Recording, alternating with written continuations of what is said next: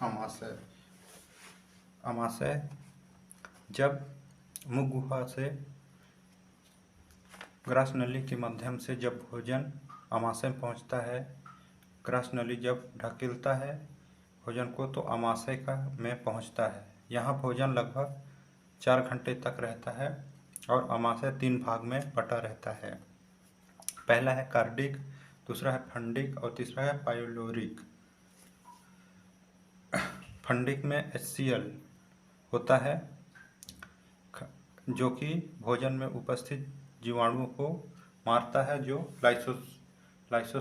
Lysozyme से बचा होते हैं, और यह भोजन को अम्लीय बना देता है और तथा भोजन को और तोड़ता है छोटे टुकड़ों में। भोजन का आगे फंडिक में रुकता है। यह कांटेनुमा संरचना होती हैं। कैसे होते हैं? यह कांटेनुमा होते हैं जिसे रुज्जी कहते हैं। यह है रुज्जी। और भूख लगने पर हमें कैसे एहसास होता है? तो ये रुज्जी के द्वारा ही होता है। जब अमाशय में भोजन नहीं होता है तो रुज्जी ऐसे खड़ा हो जाता है और चुभने लगता है, तो हमें भूख का एहसास होता है। इसके बाद भोजन पाइलोरिक भाग में आता है। यहाँ क्या होता है? जठर ग्रंथि जिसे गैस्ट्रिक ग्रंथि भी कहते हैं, यह ग्रंथि से अक्रिय रूप में क्या स्रावित होते हैं? जठर ग्रंथि से 2 एंजाइम का नाम है रेनिन और पेप्सिन। यह अमाशय की दीवार में अक्रिय रूप से रहता है, अक्रियशील होता है। जब भोजन HCl होकर अम्लीय होकर पाइरोलिक भाग में आता है,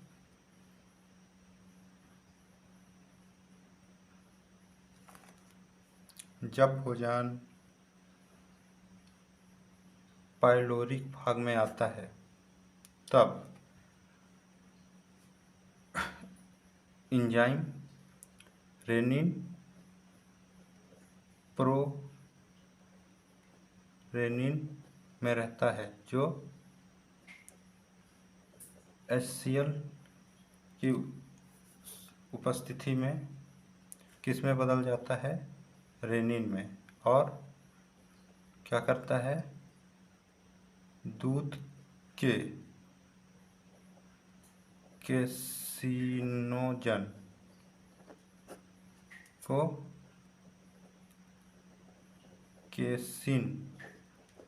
केसिन में बदल देता है। किस में बदल देता है? केसिन में। इसी तरह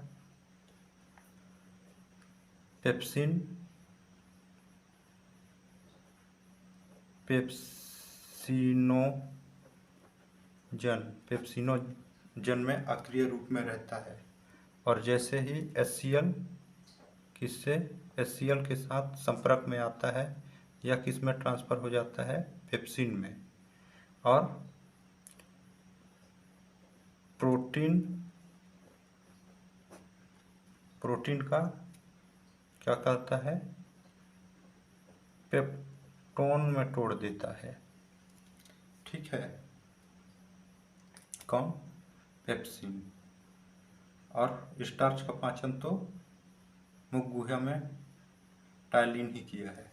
ठीक है, तो अमाशय की दीवार में क्या पाया जाता है? गैस्ट्रिक ग्रंथि जिसे जठर ग्रंथि भी कहते हैं। इससे 2 एंजाइम निकलता है, रेनिन और पेप्सिन। पेप्सिन प्रोटीन को पेप्टोन में बदलता है, जबकि रेनिन वसा का पाचन करता है, कैसिनोजन को कैसिन में बदल देता है, या प्रोरेनिन के रूप में अक्रिय रूप में पाइलोरिक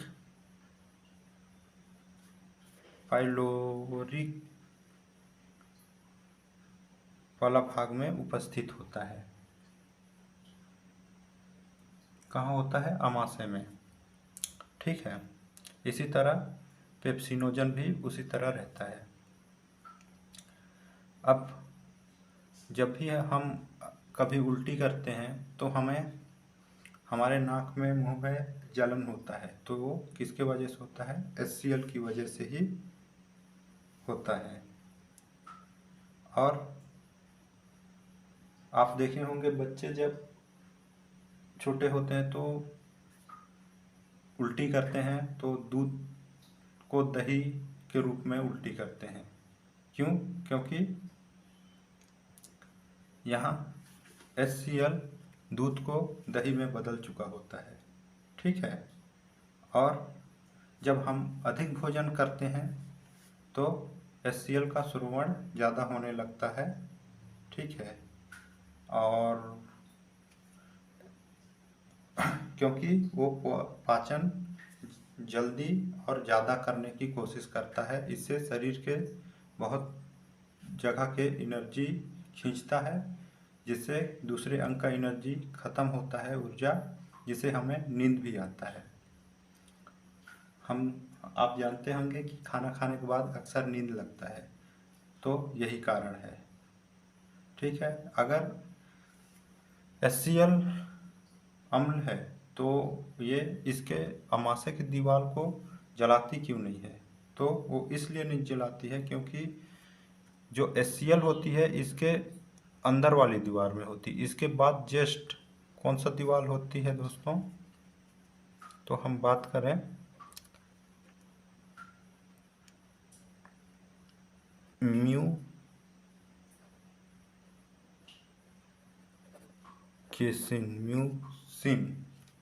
म्यूसिन होता है, या क्षारीय प्रकृति का होता है, और क्षारीय और अम्लीय मिलके न्यूट्रल हो जाते हैं, उदासीन हो जाते हैं, इसलिए नहीं जला पाता है। ठीक है। और इसके बाद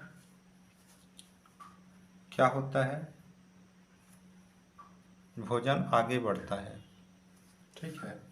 अब आगे कहाँ जाता है? ये छोटी आंत में। तो हम अब आगे बात करते हैं। यहाँ क्या होता है? याकित। यहाँ क्या होता है? याकित या याकित लीवर से क्या होता है?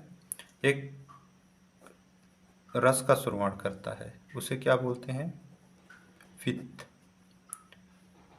यह पित्त कहाँ स्टोर रहता है?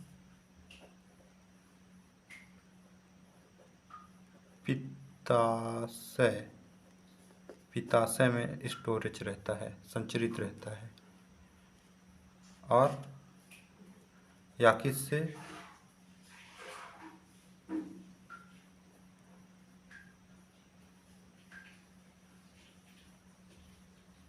यूरिया का निर्माण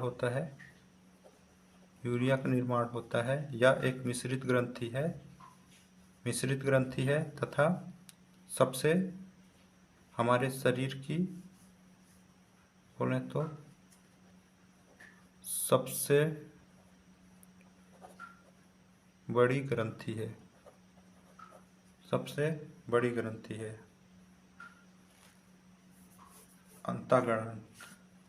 बड़ी अंतःग्रंथि, और यूरिया का निर्माण करता है और बहुत कुछ करता है।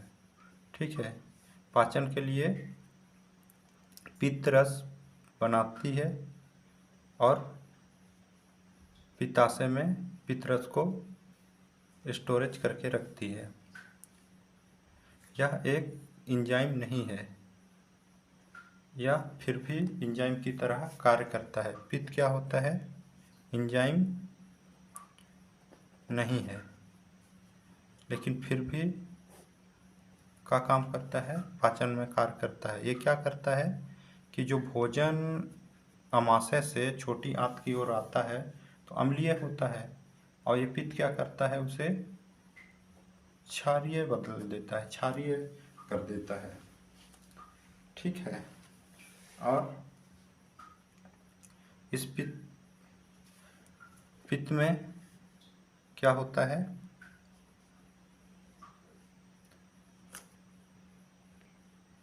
यकृत में से पित्त में क्या होता है, बिलीरुबिन, यह एक वड़क है जो पीले रंग की होती है, जो आगे भोज्य पदार्थ को पीला बना देता है। और पित्तरस का, अगर हम पित्तरस की बात करें तो इसको आदेश कौन देता है कि भोजन को अम्लीय से क्षारीय बनाओ, उस हार्मोन का क्या नाम है, यह यकृत से स्रावित होता है।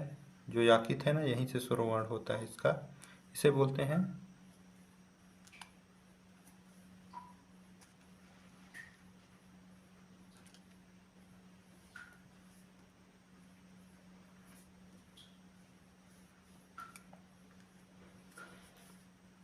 पित्त। पित्त को स्रावण कौन करता है, यकृत का एक एंजाइम, उसका क्या नाम है,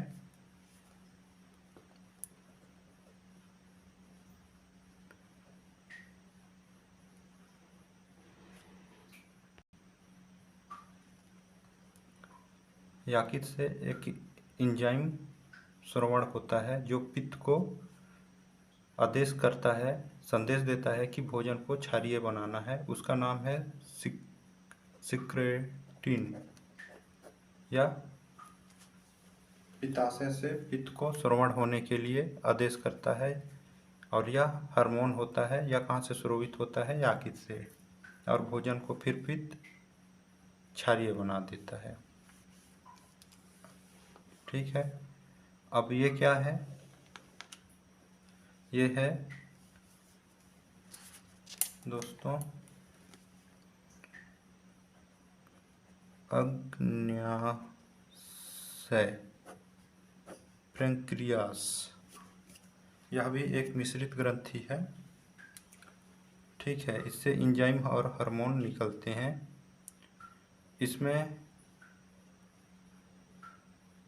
दो एंजाइम होते हैं,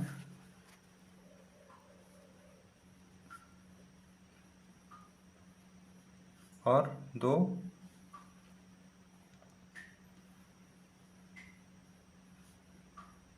एंजाइम का नाम है, पहला है ट्रिप्सिन, और दूसरा है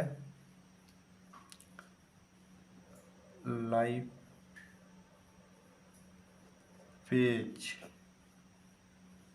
यह ट्रिप्सिन क्या करता है, जो पेप्सिन से प्रोटीन पेप्टोन में बदला रहता है। ठीक है। जो अमाशय में जो प्रोटीन होता है वो पेप्सिन से पेप्टोन में बदला होता है, उसको क्या करता है, पेप्टोन को किस में बदल देता है, पेप्टाइड में। ये भी प्रोटीन का ही एक भाग है। पेप्टोन को पेप्टाइड में बदल देता है। जबकि लाइपेज क्या करता है, यह स्टार्च का पाचन करता है।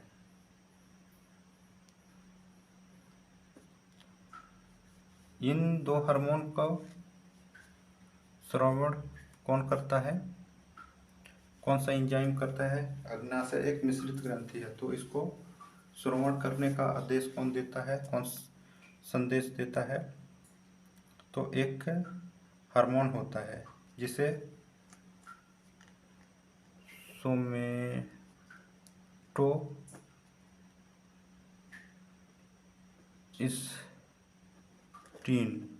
सोमेटोस्टिन कहते हैं तथा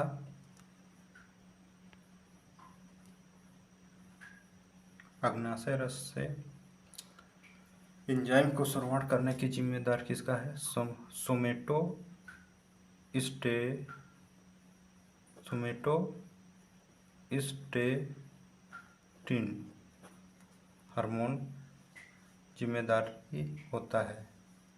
अग्नाशय एक पूर्ण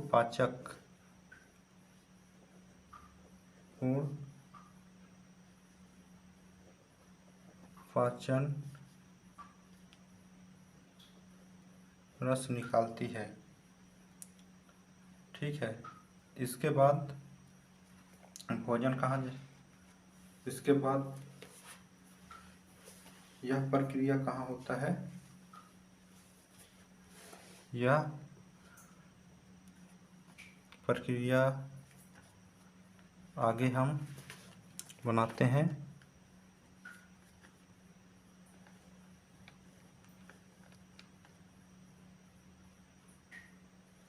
ये है छोटी आंत। ये कौन सा है? ग्रहणी, डुडेनम। दूसरा है जेजेनम और अंतिम है इलियम। तो जो अग्नाशय रस से ब्रैंकियस से अग्न्याशय रस आता है, ट्रिप्सिन और लाइपेज, वो यही संपन्न होता है। ग्रहणी में या यू आकार का होता है। जेजेनम में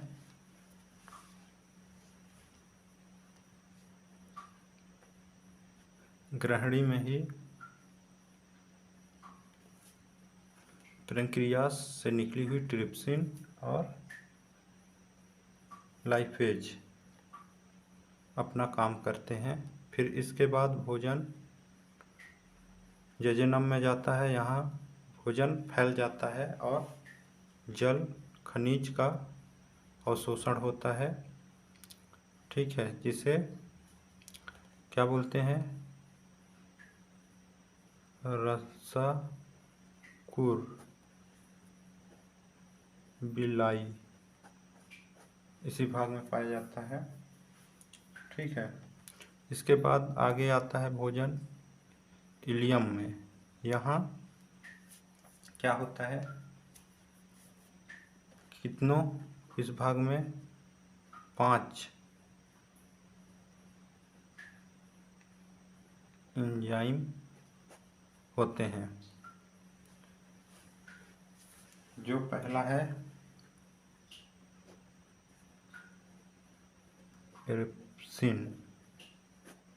इरिप्सिन। यह काम करता है। इरिप्सिन जो ग्रहणी में ट्रिप्सिन के द्वारा जो पेप्टोन को पेप्टाइड में बदला रहता है, उस पेप्टाइड को ये क्या करता है? अमीनो अम्ल में बदल देता है। दोस्तों, प्रोटीन का पाचन 3 जगह होता है।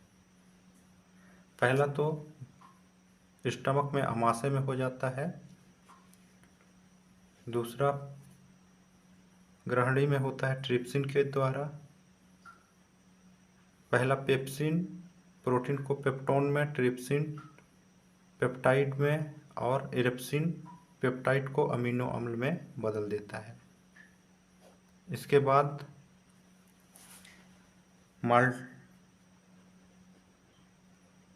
माल्टेज यह एंजाइम क्या करता है? यह माल्टेज एंजाइम क्या करता है? माल्टोज को ग्लूकोज के दो अणु में तोड़ देता है। इसके बाद तीसरा आता है लैक्टेज। यह क्या करता है?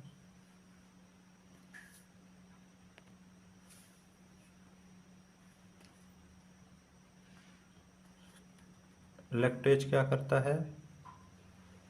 लैक्टोज को इसमें ग्लूकोज तथा ग्लैक्टोज में बदल देता है। तथा तीसरा है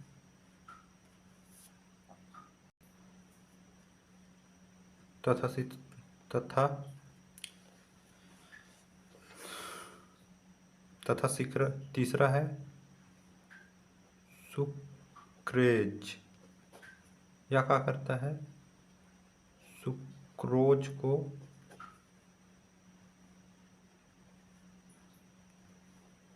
ग्लूकोज प्लस फ्रक्टोज में बदल देता है। और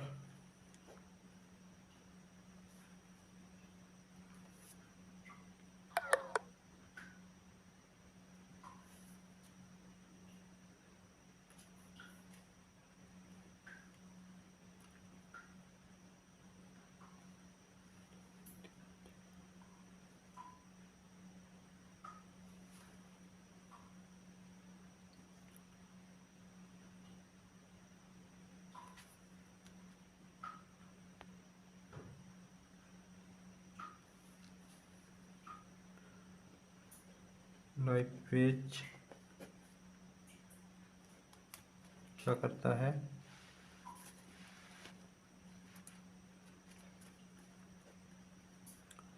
वाष्यीय अम्ल जो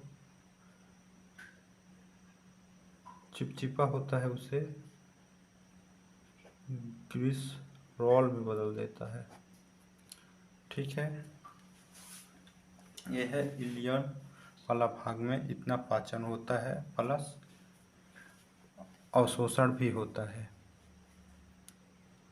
पानी का, खनिज का और कुछ विटामिन वगैरह का। आगे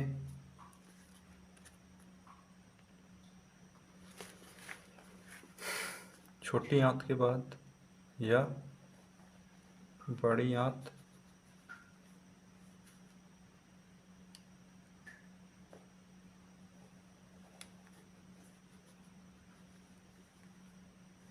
बड़ी आंत में चला जाता है,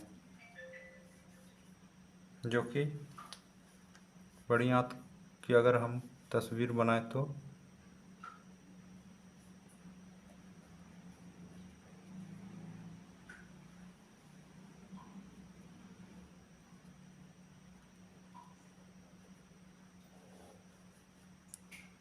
ऐसा कुछ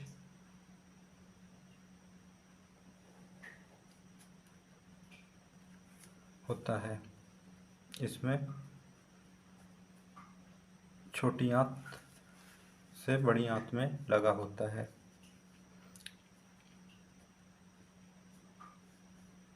यह बड़ी आंत है, इसमें कोई पाचन नहीं होता है, अवशोषण होता है जल का।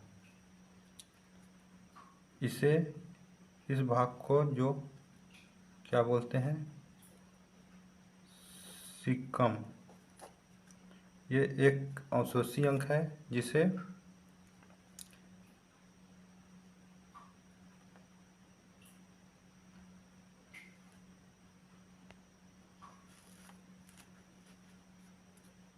यह एक अलग से अंग लटका रहता है जिसे अवशोषी अंग कहते हैं। इसे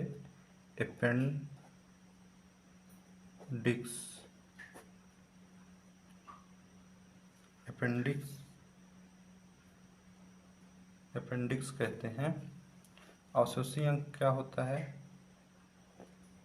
अवशोषी ऐसा अंग जो कोई काम का नहीं होता है, बस शरीर में रहता है। यह जानवरों में बड़ा होता है। पहले के समय में हम कुछ भी खा लिया करते थे आदि मानव काल में, तो उसमें कार्य होता था, जो अब इसका कोई काम नहीं है।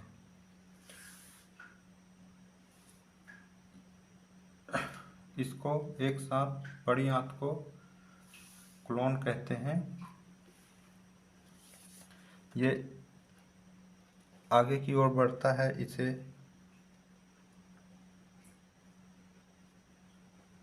आरोही खंड कहते हैं, जबकि इसको अनुप्रस्थ खंड कहते हैं और इसको अवरोही खंड क्या कहते हैं? अवरोही खंड। और यह का है गुदा द्वार तथा यहाँ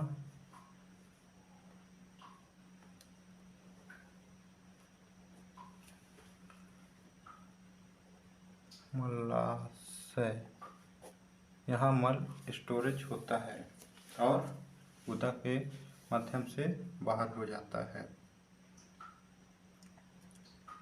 जिसे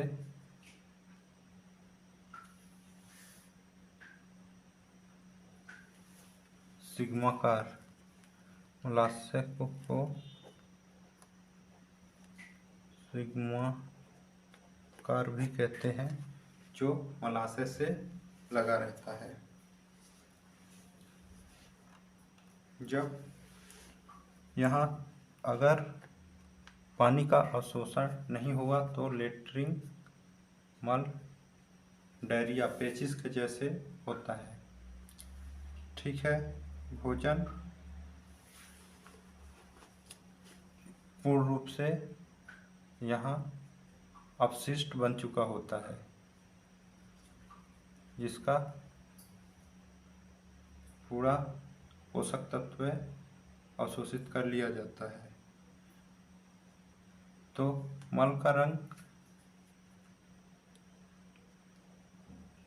रंग पीला क्यों होता है? जो वही पित्ताशय में उपस्थित पित्त, जो कि याकित से श्रवण होता है, बिलीरुबिन, जो मैं पहले बताया हूँ याकित वाले बात, जब याकित के बारे में बताया तो उसके वजह से पीला होता है। जबकि चलिए लिख दे रहा हूँ, बिलीरुबिन की वजह से। और मल में गंध का कारण क्या है? एंडोल प्लस एस्केटोल, इसके वजह से मल में गंध आता है। यहाँ पूर्ण रूप से पाचन होता है। ठीक है, और गुदाद्वार पे ही यहीं पे बवासीर होने के कारण मासा बाहर निकल जाता है, जिससे मल आने में दिक्कत होता है और मल के साथ रक्त बाहर निकलती है, जिससे लोगों को, पीड़ित व्यक्ति को बहुत परेशानी होता है। ठीक है, तो एक बार रिवीजन कर लें क्या? एक बार रिवीजन कर लेते हैं। तो अमाशय, यहाँ तो अमाशय क्या है? अमाशय जब मुख गहिका से भोजन ग्रास नली के द्वारा ढकेला जाता है अमाशय में, तो अमाशय में तीन भाग होते हैं। पहला है कॉर्डिक, फंडिक और पाइलोरिक। कार्डिक वाला भाग में एचसीएल होता है, जो भोजन को और अम्लीय बना देता है और भोजन में उपस्थित जीवाणुओं को खत्म कर देता है और भोजन को और छोटे छोटे टुकड़े में काट देता है।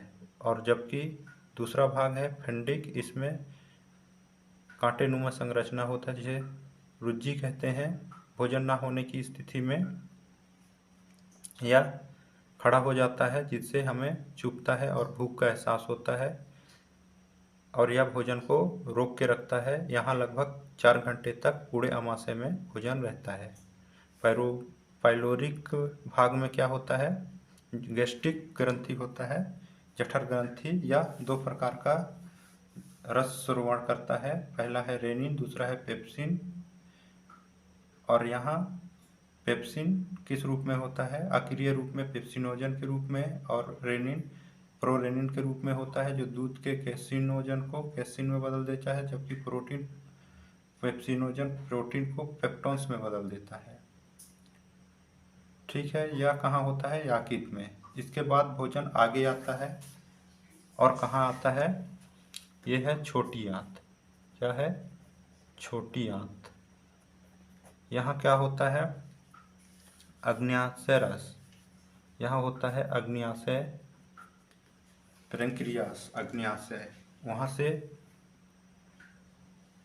अग्न्याशय रस निकलती है। ठीक है, और इसे कौन निकालता है, इस सोमेटोस्टेटिक हार्मोन ट्रेप्सिन। क्या, ट्रेप्सिन और लाइपेज। लाइपेज मंड को, स्टार्च को मल्टोज में बदलता है, उसका छोटा रूप होता है। कार्बोहाइड्रेट का पाचन करता है, जबकि ट्रेप्सिन पेप्टोन को पेप्टाइड में बदल देता है। और याकृत एक मिश्रित ग्रंथि है, ठीक है, या एंजाइम और हार्मोन दोनों का स्रावण करता है। इससे बिलीरुबिन और पित्त का निर्माण होता है और पित्त पित्ताशय में जाके संचरित हो जाता है। फिर भोजन आने पर सिक्रेटिन, क्या, सिक्रेटिन नामक हार्मोन निकलता है याकृत से और पित्ताशय में उपस्थित पित्त को आदेश देता है कि भोजन को क्षारीय बना दो, और वो बना देता है और भोजन आगे कहाँ आ जाता है, यहाँ, कहाँ, छोटी आंत में। भोजन धीरे धीरे आता है और यहाँ, और यहीं किसका, पेप्टोन्स का अग्न्याशय रस यहीं अपना प्रभाव दिखाता है। मतलब वहाँ के एंजाइम छोटी आंत में ही अपना काम करते हैं। छोटी आंत 3 भाग में बटा होता है, ग्राहणी, जेजेनम और इलियम। इलियम रसाकुर होता है, बिलाई होता है। यहाँ भोजन फैल जाता है जिससे जल, खनिज और पोषक पदार्थों का अवशोषण कर लिया जाता है।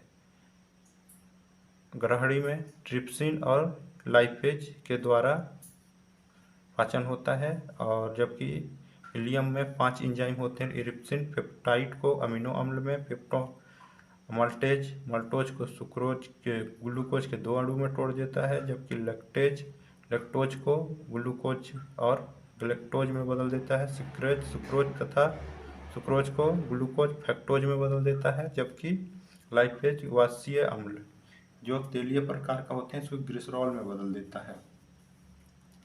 अगर दोस्तों हम बात करें कि भोजन का चरण, शायद मैंने नहीं बताया है, भोजन का चरण मैं यहाँ बता दे रहा हूँ। तो पहला होता है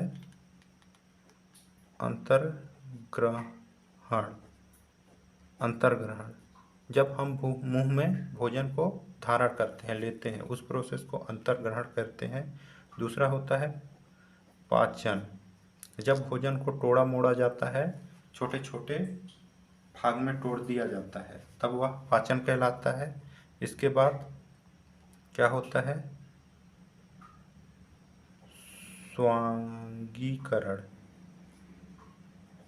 स्वांगीकरण। जब ये पच जाता है तो भोज्य पदार्थों का क्या होता है, यूज होता है। कहाँ, ब्लड के माध्यम से जहाँ ज़रूरत होता है वहाँ पोषक पदार्थों को ले जाया जाता है। किसके माध्यम से? पहले